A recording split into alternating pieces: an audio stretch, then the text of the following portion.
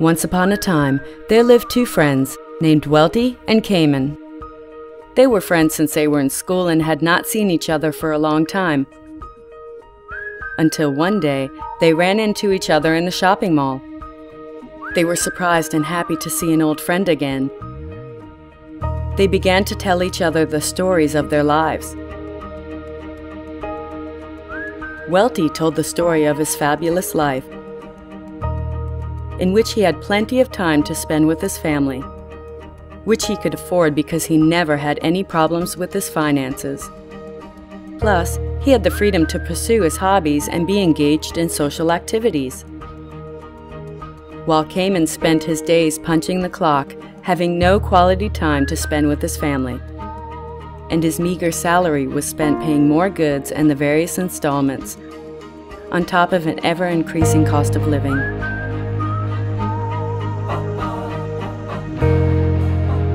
Seeing his friend's pitiful condition, Welty shared a lot of input with his friend.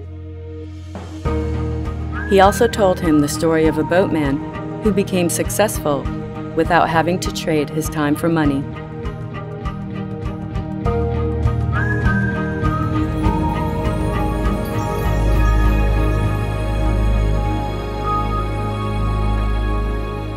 Once upon a time, there lived the village chief, who had a beautiful daughter. Her beauty was such that all the young men in the village fancies her. Ari was the name of the girl, given to her by her parents. Of all the young men in the village, Ari only set her eyes on two of them. One was called Brito, and the other, Bodhi. It was their spirit and ambition that really impressed her. Time passed, then season changed, until one fateful day, a terrible disaster struck the village. A mighty earthquake had split the village into two parts, separated in the middle by a wide and deep river. The village chief and his family was now on the western bank of the river, while the two young men, Brito and Bodhi, were on the eastern shore of the river. The two young men started to make raft in order to cross the river to see Ari. They did not realize that this raft brought them something unexpected. They began to make money crossing the villages who wanted to see their families to the other side of the river. Time passed, and by next year, Ari will be 18 years old.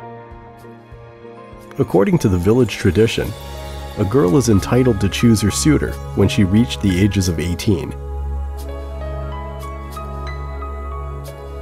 Ari was so distressed, but could not make up her mind as to choose between Brito or Bodhi. Seeing the dilemma of his daughter, the village chief finally declared a contest.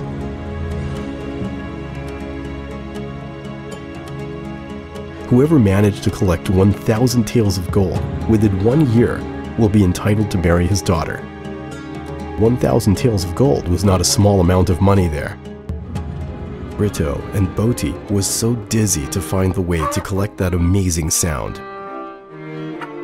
They couldn't imagine the thousand of crossing they had to make for 1,000 taels of gold to materialize.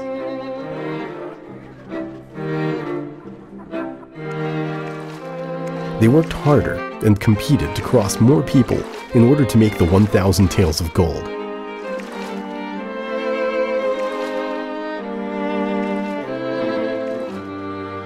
As days went by, they became smarter. Now, they were not only building rafts but boats to accommodate more people in one crossing, thus increasing their income.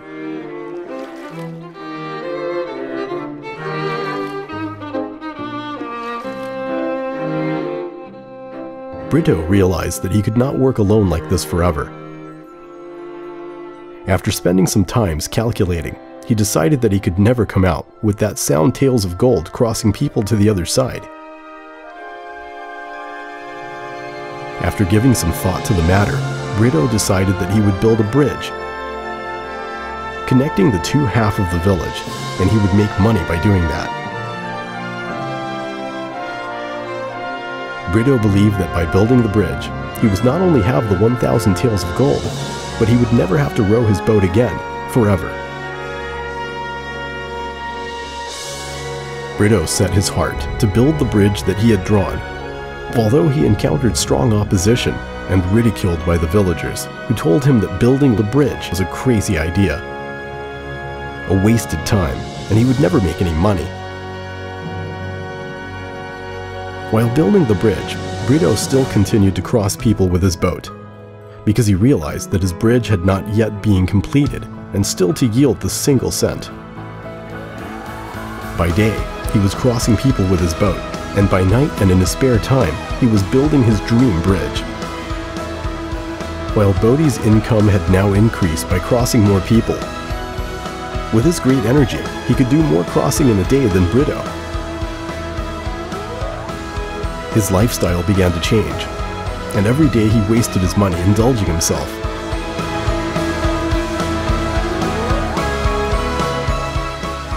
Winter had finally arrived. Brito finally finished to building his bridge. The opening day of the bridge was greeted enthusiastically by the villagers. The price of crossing the bridge was much lower than the paid fare charged by the boats. Moreover, it was much safer crossing the bridge than a boat rides which carried with it the risk of sinking.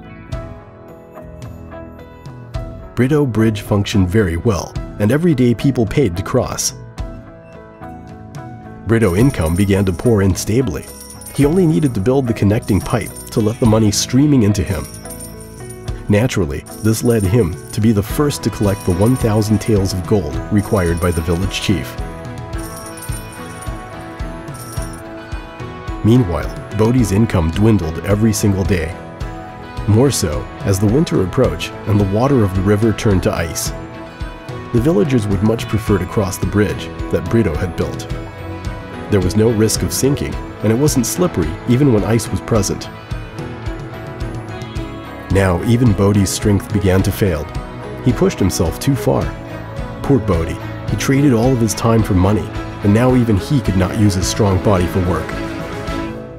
The expression on his face began to change. Now autumn had arrived, and Brito's dream finally came true.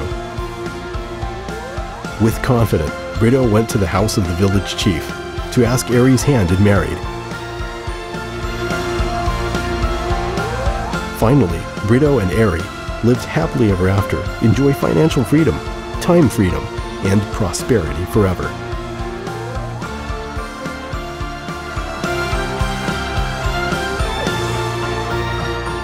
Bodhi finally realized that he had not made the right decision by continuing to rely on his strength to accumulate money.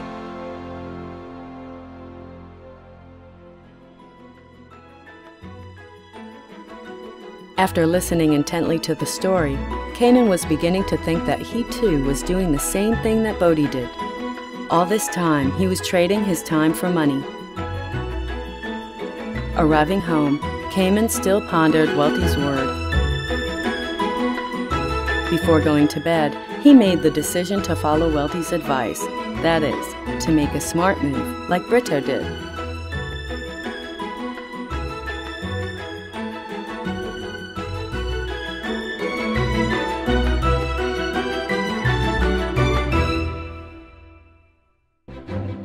What about you? Which method do you prefer? If you are still unsure, try answering the following questions. Do you possess an income that flows continuously for 24 hours without you actually having to work for it? Are you relying on strength alone, or do you have a right system to produce money?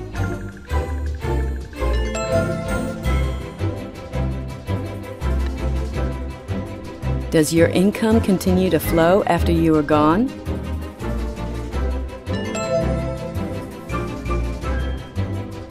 Can you quit work anytime you choose without sacrificing your income?